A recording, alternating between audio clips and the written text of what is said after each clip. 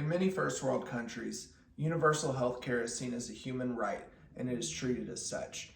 Brazil is seen as the worldwide example for the concept of universal health care. According to WorldPopulationReview.com, Brazil is arguably the model for universal health care. Any person in Brazil, from citizens to tourists, refugees, and undocumented immigrants, is eligible to receive free and immediate health care in whatever form they need, from primary care to surgery to prescription medications, with no previous application or paperwork necessary. This means that in a country with far larger fish to fry than the American people, they recognize public health as a necessity and something that all people deserve. I know what you're thinking. Bailey, why are we even comparing these places when the United States leads the world in medical science and technology being put into regulatory use?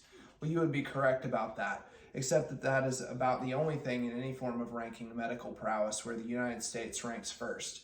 Germany, who is in the top 3 for medical innovation as a whole, uses a government fund to cover private medical care and hospital visits through tax funding, meaning that world-class care is available free of charge to their citizens. This all sounds really nice, but how is that applicable to us? Is there a possibility for us to have all the care and treatment options that we've grown accustomed to? This comes down to 3 main elements that must be met to a certain degree. These are how healthcare is funded, how healthcare is viewed, and how healthcare is identified in a given country.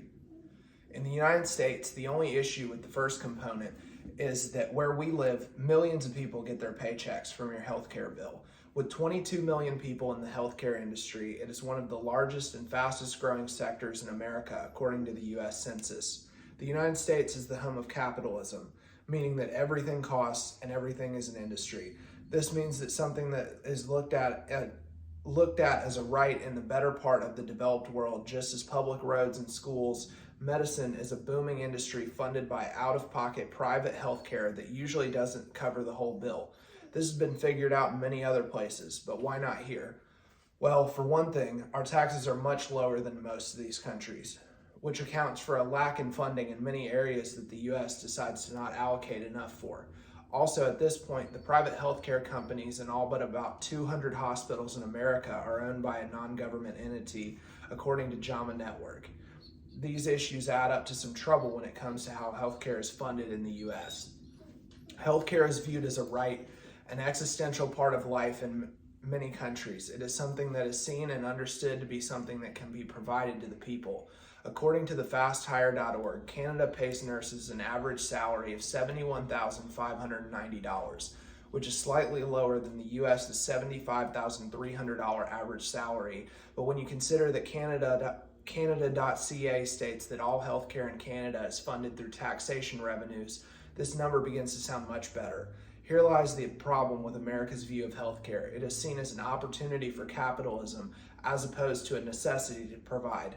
I grew up in Nashville, where it feels like nearly everyone you meet is in the healthcare industry, from nurses assistants to surgeons to healthcare insurance executives. Outside of the music in Music City, we also house the headquarters of 500 of the biggest healthcare companies in the country.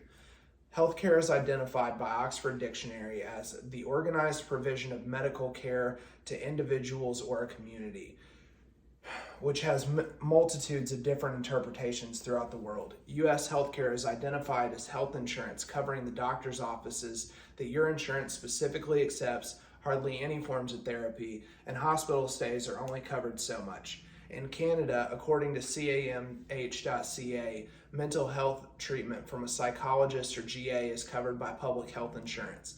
Mental health is seen as a priority and a necessary facet of healthcare.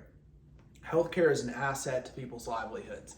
It can make or break a person's life. If the U.S. does not correct its treatment of healthcare, the toll it takes on the people is only going to increase.